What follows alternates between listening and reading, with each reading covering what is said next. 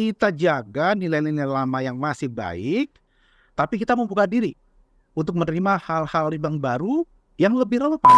Kita sepenuhnya samina wa ta'na, kami dengar dan kami taat apa ajaran dan petuah serta fatwa para kiai.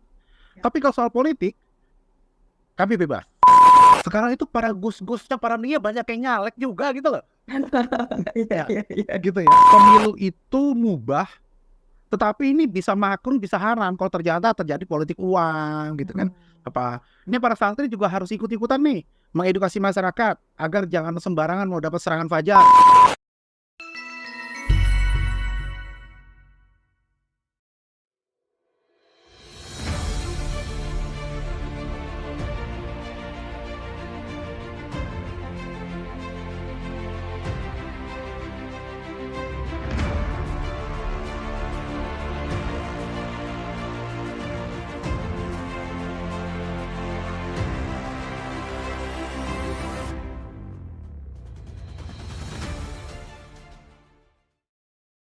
Halo sahabat Bawaslu di seluruh Indonesia, senang sekali dapat menyapa sahabat Bawaslu kembali di podcast Bawaslu RI. Gimana nih kabar sahabat semua? Semoga selalu sehat dan juga bahagia ya.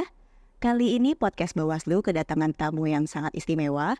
Gak tanggung-tanggung kita datangkan langsung gitu ya secara online dari negeri Kangguru nih. Nah, beliau merupakan profesor, peneliti dan juga cendekiawan muslim. Tentunya sahabat Bawaslu sudah penasaran pastinya ya. Langsung saja kita sapa ada Profesor Haji Nadir Syah Hussein, PhD. Terima kasih Prof, selamat pagi waktu Indonesia dan selamat siang ya waktu Australia Prof ya. Mas Ayu, terima kasih. Ini sekitar jam 1:30 siang ini di Melbourne, tapi ya oke lah. Sehat semuanya, Mbak. Jam ya, alhamdulillah sehat. Prof sendiri gimana nih kabarnya, sehat ya Prof ya? Alhamdulillah. Izin Prof ini kan kerap disapa juga dengan Gus gitu ya. Nah kiranya saya manggilnya Prof atau Gus Nadir nih enaknya. Panggil langsung Nadir aja nggak apa-apa, Mbak Mas Ayu. Oh gitu, jangan dong, segan dok saya Prof. Gus aja mungkin ya, gimana? Boleh, bebas aja, boleh. Oke. Gus Nadir, sebelumnya Bawaslu RI mengucapkan terima kasih karena Gus Nadir sudah berkenan mengisi di podcast Bawaslu kali ini. Nah, karena memang momentumnya memperingati Hari Santri Nasional gitu ya, Gus, tentunya peran daripada santri sudah tidak kita ragukan lagi gitu ya, Gus ya. Sejarah juga membuktikan bahwa santri tidak hanya muncul sebagai kaum intelektual, namun juga dikenal juga sebagai pejuang kemerdekaan.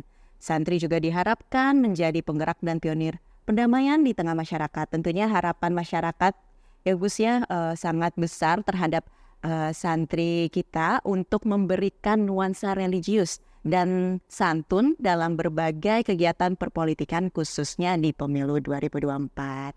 Nah, yang ingin saya tanyakan nih Gus di hari santri ini, kalau kita belajar gitu ya dari sejarah peran kaum ulama dan santri itu kan sangat luar biasa gitu ya. Resolusi jihad yang dikumandangkan Haji Hasyim Asy'ari itu salah satu contoh yang mana mampu mengobarkan semangat para santri kita untuk melawan penjajah saat itu. Nah, yang ingin saya tanyakan nih Gus, menurut Gus Nadir, apakah semangat santri hari ini terhadap isu politik kebangsaan masih sama atau justru mengalami degradasi? Silakan Gus. Ya, terima kasih Mbak Mas Ayu, ini sudah kenan mengundang saya. Sama-sama Gus. Ini kita lewat Zoom ya, mudah-mudahan besok-besok bisa ketemu langsung. Amin. Langsung ya.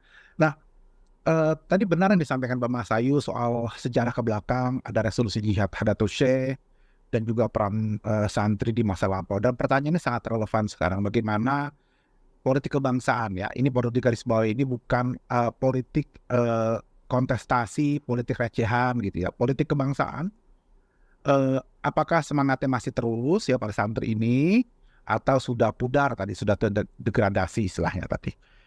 Ya, kalau menurut saya pertama kita mesti jelaskan dulu, yang disebut santri itu sebetulnya ada 3 jenis gitu ya. Pertama itu ada santri yang mukim di pondok. Dia mukim di pondok, ya dia terikat pada peraturan pondok. gitu. Jadi segala aturan main di pondok, termasuk fatwa-fatwa para kiainya di pondok, ya tentu dia patuhi. Ada lagi santri kalong gitu ya, santri yang dia sekolahnya di dalam pondok, tapi dia tinggalnya di luar. Jadi dia tidak menetap di dalam pondok itu. Nah, yang seperti ini tentu dia hanya terikat pada peraturan pondok di dalam. Tapi ketika dia di luar, dia tanggung jawab orang tuanya. Ada lagi yang disebut santri yang sudah alumni, tapi meskipun dia alumni, sudah berkiprah di mana-mana, tapi tetap merasa bahwa dia tetap membawa nilai-nilai kesantrian, sehingga kemudian dia tetap mengaku sebagai santri, masih berharap terus diaku sebagai santrinya para kiainya, gitu ya, masih berharap keberkahan dan masih mengikuti arahan-arahan fatwa-fatwa dari para kiainya, meskipun sudah nggak di pondok, tapi dia sudah jadi bagian dari alumni. Ya, nah ini juga santri yang sangat powerful karena dia berkiprah di mana-mana dan sudah di luar, tapi masih terikat pada nilai-nilai kesantrian dan fatwa-fatwa dari para kiainya. Lah, ketika jenis santri ini sudah dilakukan pengajaran pendidikan di pondok bahwa Indonesia ini adalah rumah bersama kita. Yang namanya rumah ya Mbak Mas Ayu tentu tidak boleh kita runtuhkan. Kalau diruntuhkan kita mau tinggal di mana? Gitu kan. Nah, jadi rumah ya harus dijaga, dirawat, dipelihara. Dan orang kalau sudah di rumah itu ya ada tata aturan, tidak boleh seenaknya. Ada pembagian peran, ada namanya toilet, ada namanya ruang tamu, ada ruang makan, ada dapur, nggak bisa campur aduk kan gitu. Ya. Nggak bisa dapur ditaruh di toilet gitu kan, dan seterusnya gitu. Nah, dengan metafor seperti itu tadi, maka politik menjaga rumah bersama ini, gitu ya, kebangsaan ini itu tidak pernah padam. Gitu. Karena kalau misalnya para santri itu baik santri yang masih di dalam pondok, santri yang di luar maupun yang sudah jadi alumni, itu tidak lagi merawat rumah bersama ini, maka kemudian akan banyak masalah gitu. Nah, tetapi pada saat yang bersama kita juga harus paham bahwa rumah bersama kita ini meskipun bangunannya sama, 4 pilar kebangsaannya tetap sama gitu ya, tetapi lingkungannya sudah berubah. Suasananya sudah berubah, landscape-nya sudah berubah, ya, yang dulunya jalannya nggak aspal sekarang sudah aspal gitu ya. Nah, terus kemudian yang dulunya itu tidak aman sekarang sudah aman gitu misalnya ya. Tapi juga yang tadinya kalau buka jendela segar udara sekarang polusi masuk, nyamuk masuk gitu ya. Nah, jadi rumah kebangsaan ini tentu tetap sama. Dalam bahasa kita tuh NKRI harga mati gitu. Tetapi kita harus paham, para santri juga harus paham bahwa kondisi yang dihadapi Hadatus Syekh ketika akan mengeluarkan resolusi jihad dengan kondisi sekarang, lingkungannya, situasinya, Pak RT-nya, gitu, Pak Lurahnya, gitu ya, tata kelolanya itu berbeda gitu. Maka kemudian tidak cukup hanya kita memperhatikan isi rumah kita, terus tidak mempedulikan lingkungan sekitar. Kita nggak bisa nyaman di dalam rumah kita aja, tapi begitu keluar rumah yang kena banjir lah, kena macet lah, gitu kan, banyak begal lah, gitu. Maka menjaga NKRI, menjaga politik kebangsaan kita ini nggak cuma sekedar menjaga rumah kita, tapi juga harus menciptakan ekosistem, menciptakan lingkungan yang bisa kemudian membuat kita yang berada di dalam rumah juga nyaman, gitu Bapak Sayu ya. Jangan sampai kemudian pulang kerja mau ke rumah, di rumahnya sih nyaman, tapi menuju rumahnya itu ampun-ampun deh gitu. Yang lewati preman, lewati begal gitu ya. Jalannya, jembatannya kemudian putus dan segala macam. Nah, itu yang saya kira menjadi tantangan kita. Para santri sekarang tidak hanya merasa nyaman merawat rumah bersama ini, tapi juga harus terlibat aktif menciptakan situasi kondisi sehingga yang di luar rumah juga nyaman. Gitu sih. Nah, itu saya kira tantangannya. Oke, berarti memang menjadi PR santri gitu ya. Tidak hanya untuk menjaga NKRI dalam hal ini rumah bersama kita semua, namun juga harus mampu menciptakan situasi dan kondisi yang santun gitu ya, yang sejuk gitu ya, Prof ya. Yang konstruktif ya, yang membuat semua orang nyaman, itu membuat semua orang aman. Nah, itu tantangannya saya kira.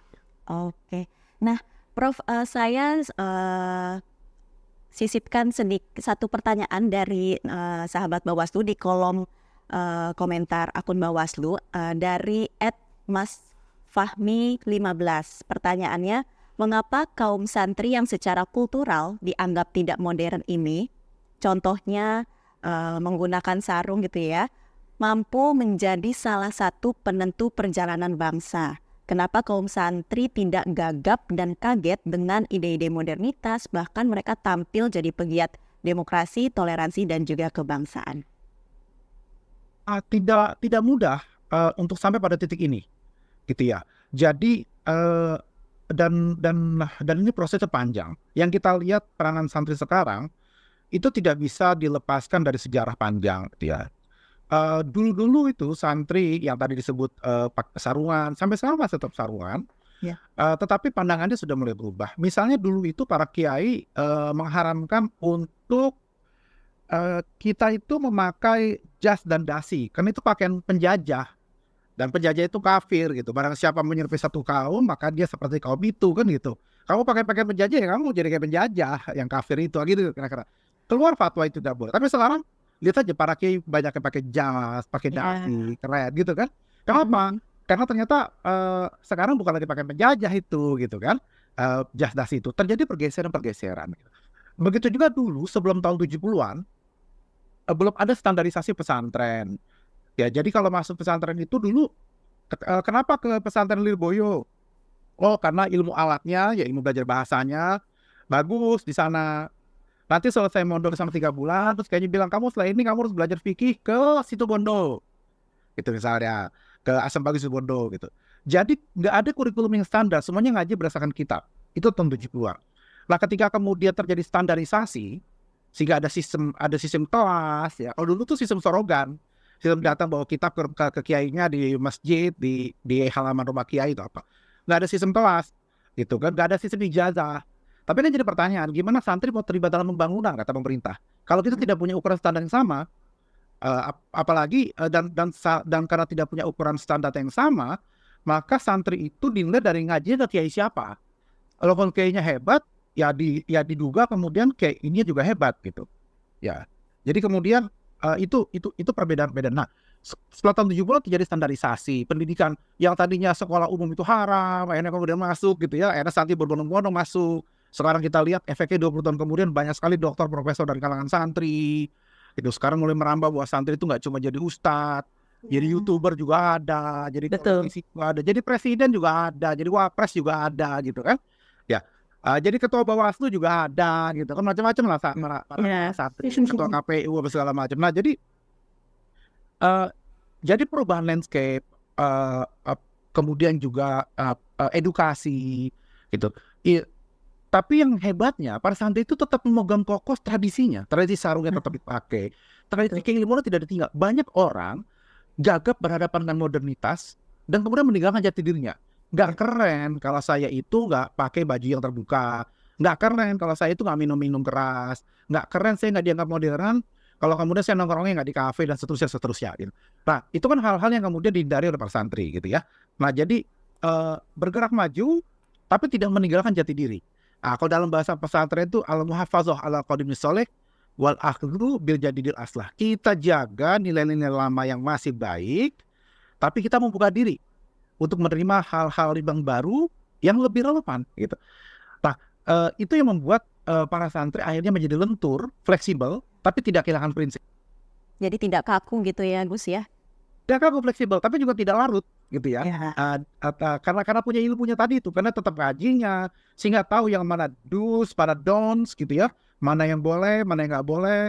Terus berhadapan dengan wilayah abu-abu, itu nyetelnya gimana, kalau bingung ya balik ke kiainya, minta fatwa ke kiainya, wirid lagi, dikasih amalan lagi gitu ya, agar nggak galau. Apalagi di dunia medsos sekarang gitu kan, orang curhatnya ke medsos, kalau para santri curhatnya kepada kiai gitu kan. Siap. Oke, Gus, kita sedikit ngobrolin soal pemilu nih, kita bahas sedikit soal pemilu. Kalau merujuk pada data KPU ini kan pemilu 2024 besok kan akan didominasi oleh pemilih pemula gitu ya. Nah, berarti secara umum para santri kita ini juga termasuk ke dalam pemilih pemula tersebut. Nah, yang ingin saya tanyakan, Gus, sudah Menurut Gus sendiri sejauh mana sih orientasi politik para santri kita di pemilu 2024 besok? Nah, jadi kalau dulu ya para santri itu semuanya, mau baik santri yang di dalam pondok, santri yang kemudian tadi itu dia belajar dalam pondok tapi mukimnya di luar, maupun para alumni, itu biasanya dalam soal politik juga sepenuhnya ikut apa kata para kiai, gitu ya. Jadi mereka mengatakan bahwa tidak mungkin kita menghilangkan politik dari Islam. Itu Mbak Wafas dulu pernah ngomong begitu, salah satu pendiri NU. Kenapa? Karena itu seperti menghilangkan rasa manis dari gula, gitu ya. Nah, jadi agak repot gitu. Karena itu bagian siasah itu, fikih siasah itu bagian dari hal yang diajarkan dan dipraktikkan oleh para kiai. Nah, tapi sekarang dunia sudah berubah. Ya, kenapa? Karena dulu itu masih ada pertarungan antara mau negara Islam, negara komunis gitu ya, atau negara Pancasila, tahu pasti pertarungan. Tapi begitu tahun 84-85 ketika asas tunggal diterima dan para kiai NU mengatakan bentuk negara kesatuan Republik Indonesia itu final, ya, berarti kan nggak bisa berubah lagi. Ya, ini sudah final, nggak bisa dikotak-atik lagi. Sejak saat itu perdebatan selesai, gitu kan? Nah, karena perdebatan itu selesai, maka kemudian para santri ya tinggal mengisi. Ternyata politik itu sama aja kok. Para santri mulai tuh menyebar, ada yang di partai-partai lain, di mana-mana lah para santri itu. Nah, jadi tidak lagi merasa bahwa ini pertarungan kafir non kafir, Islam dan kafir gitu ya. Karena udah selesai, sudah diterima NKRI ini gitu.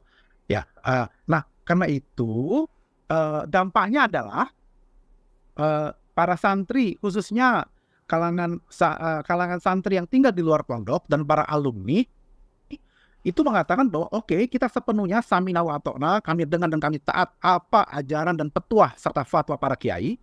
Tapi kalau soal politik kami bebas, gitu ya. Ada yang seperti itu. Sehingga misalnya data-data dari pemilu sebelumnya itu di TPS di dalam pondok gitu atau sekitar pondok itu yang menang adalah yang sesuai fatwa para kiai, gitu. Karena mereka masih kan mereka dalam pondok, mereka masih mengikut semuanya apa kata kiainya gitu.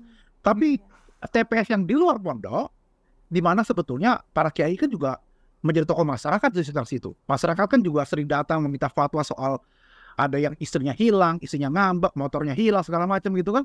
Itu kan tetap datang ke para kiai itu, gitu kan. Itu kalau sudah soal politik di TPS itu beda hasilnya. Di TPS di luar pondok.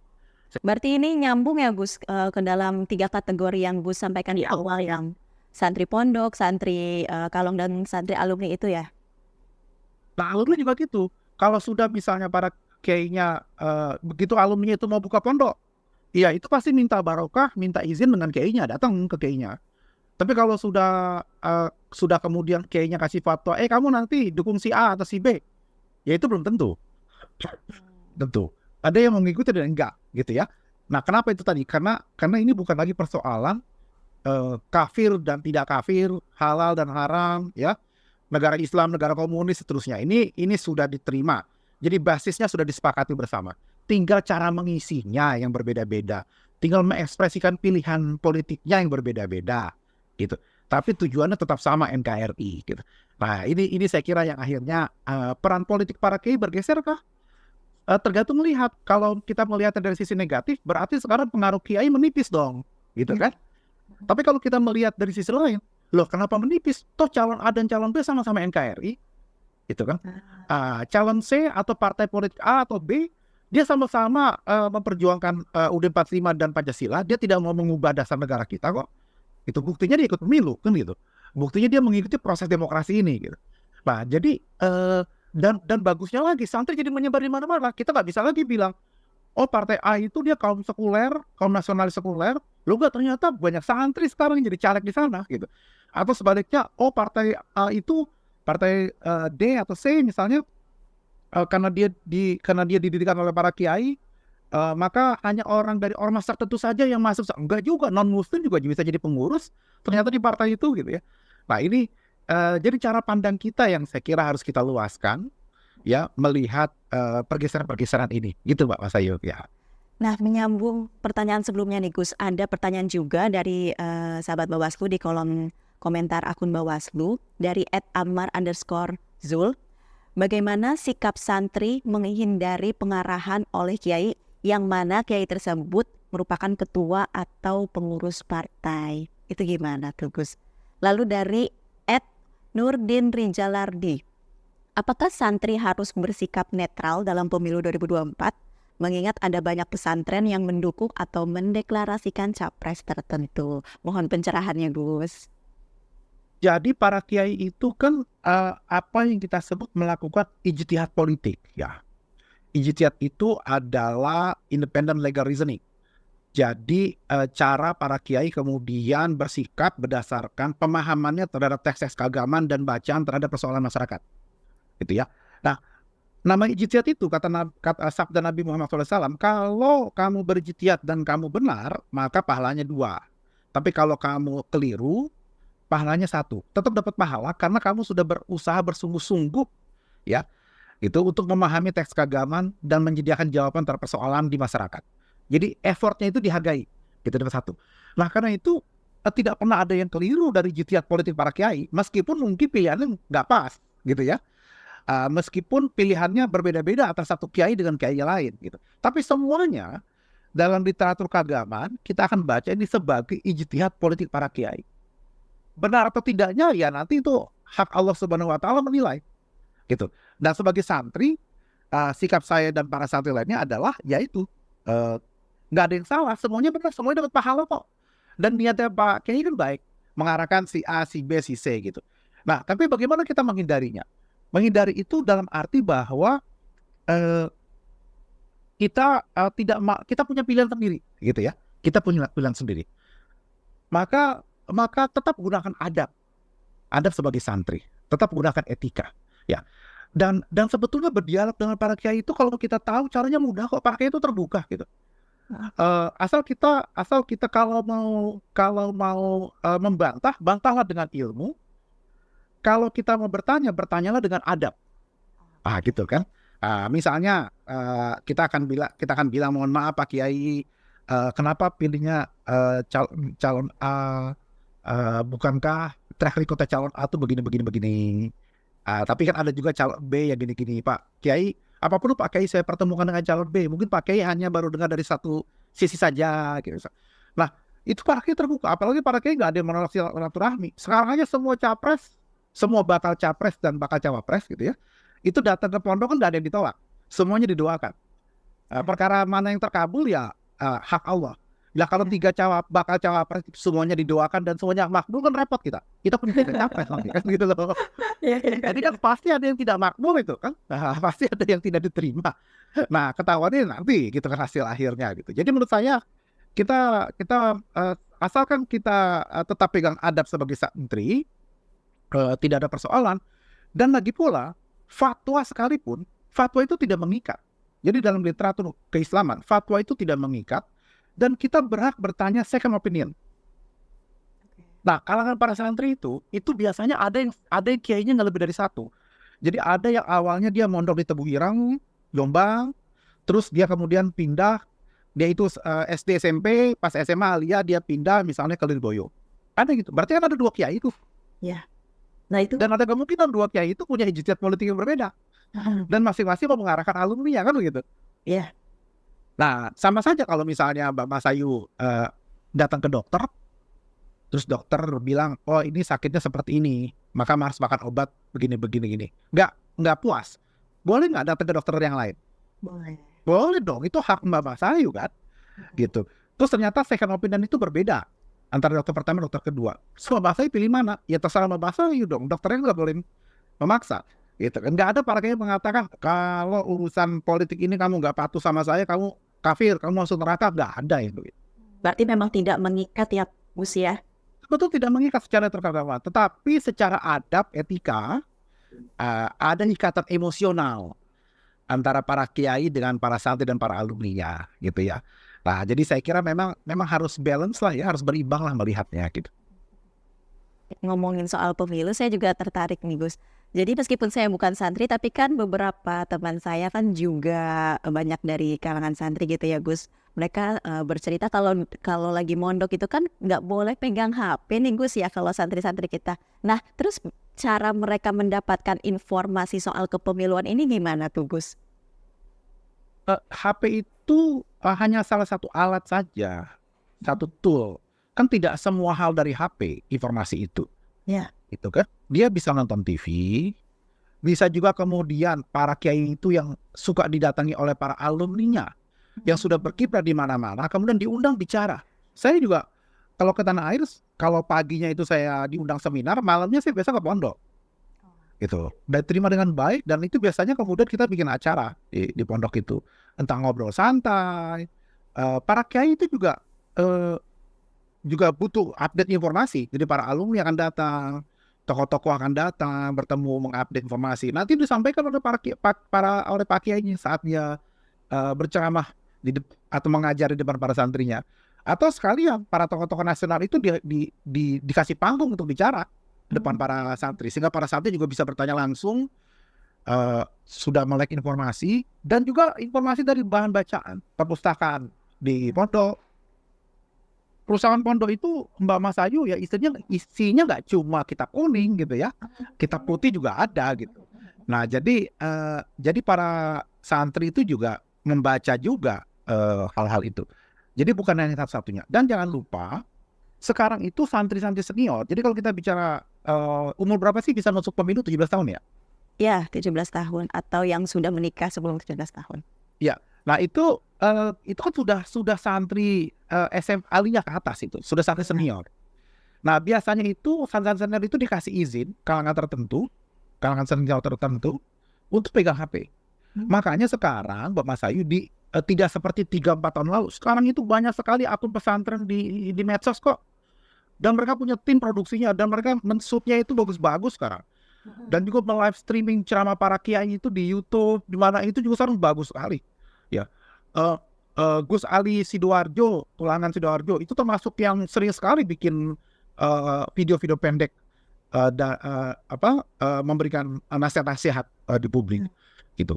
Dan banyak lagi yang lain gitu.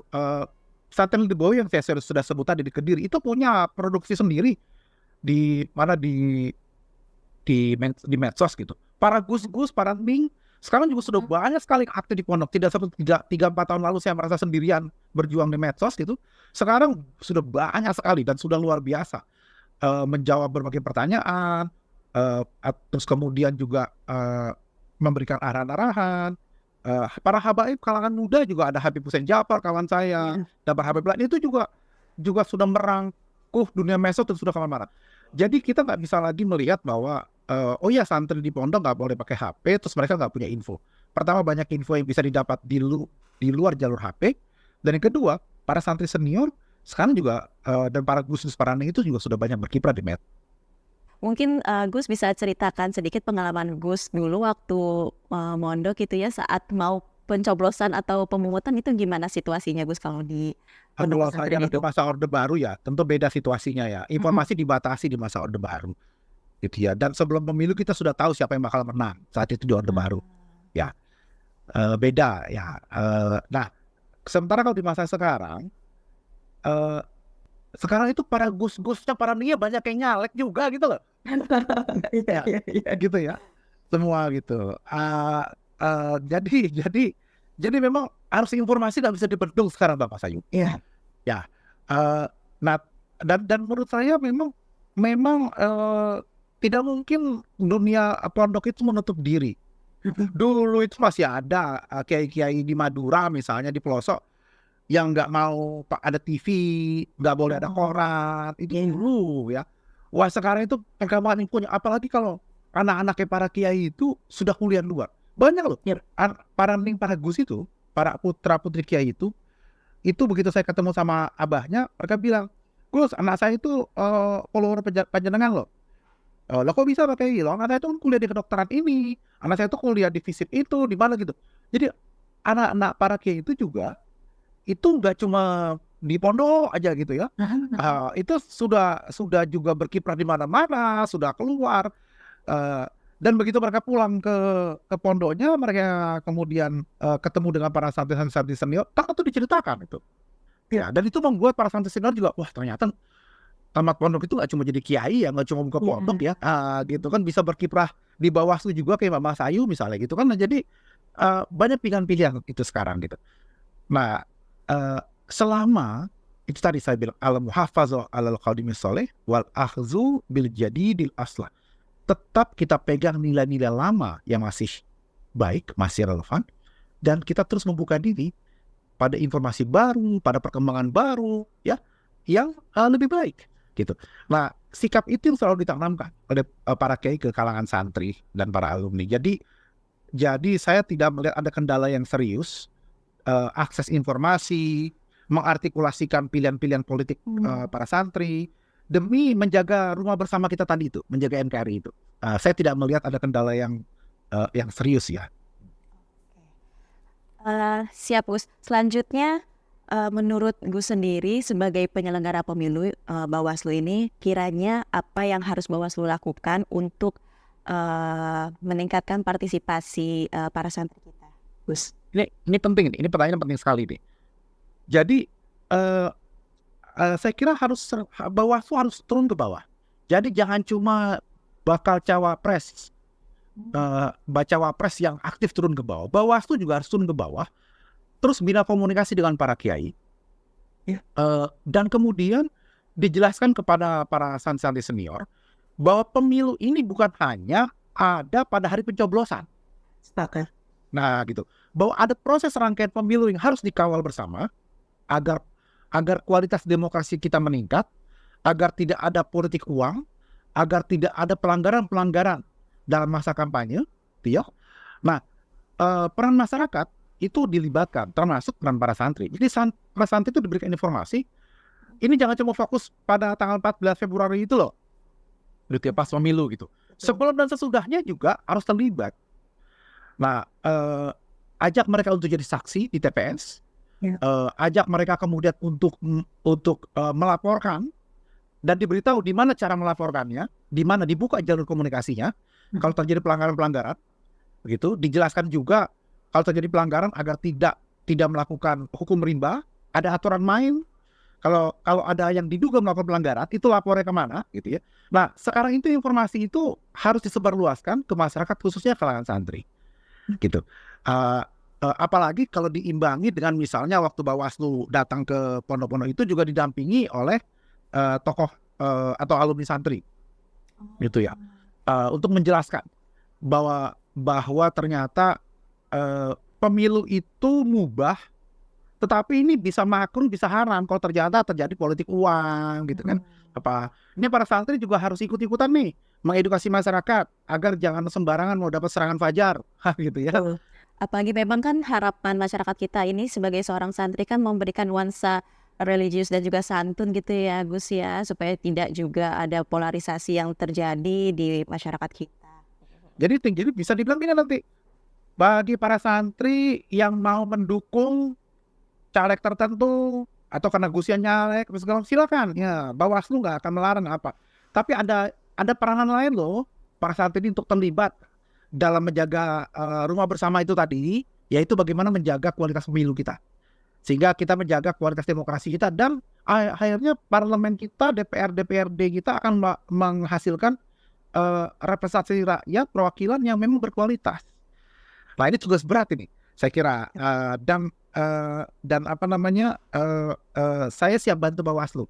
Jadi kalau nanti Bawaslu mau turun ke bawah, mau apa, undang saya, ajak saya, nanti saya bantu untuk ikut bicara dan siap berkolaborasi bersama ya Gus ya. Iya, karena ini saya kira tanggung jawab bersama. Jadi biarkanlah yang sudah sibuk mendukung gitu ya, itu biarkan aja lah. Itu hak politik mereka, silakan jalan. Tapi ada segmen lain dan ini sangat penting yang nggak boleh kita lupakan. Dan saya kira peranan Bawaslu menjadi penting di sini gitu. Ya. Siap. Nah, terakhir nih Gus, pesan dan harapan Gus Nadir untuk para santri di pemilu 2024. Mari para santri berpartisipasi aktif dalam menjaga kualitas pemilu kita, dalam menjaga kualitas demokrasi kita, sehingga hasil pemilu itu menjadi berkualitas, dan kemudian bisa membawa kemaslahatan untuk rumah bersama kita, yaitu Negara Kesatuan Republik Indonesia.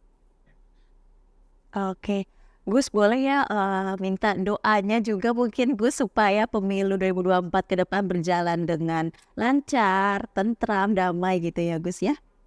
Saling mendoakan, karena bagaimanapun juga satu sisi kita sudah biasa melakukan pemilu, ya, tapi di sisi lain saya kira bagaimana agar tidak terjadi polarisasi seperti dua pemilu sebelumnya, agar tidak terjadi terus kemudian juga akan tidak ada kerusuhan, semuanya berjalan damai. Ya kita semua berdoa, mudah-mudahan semuanya berjalan dengan baik, Mbak Masayu. Amin, amin. Amin. Terima kasih Gus, tidak terasa sudah kurang lebih 30 menit Gus Nadir membersamai kami. Tentunya kami mengucapkan banyak terima kasih karena telah berkenan mengisi podcast Bawaslu episode memperingati Hari Santri Nasional. Tentunya sahabat Bawaslu, sampai bertemu kembali di episode selanjutnya.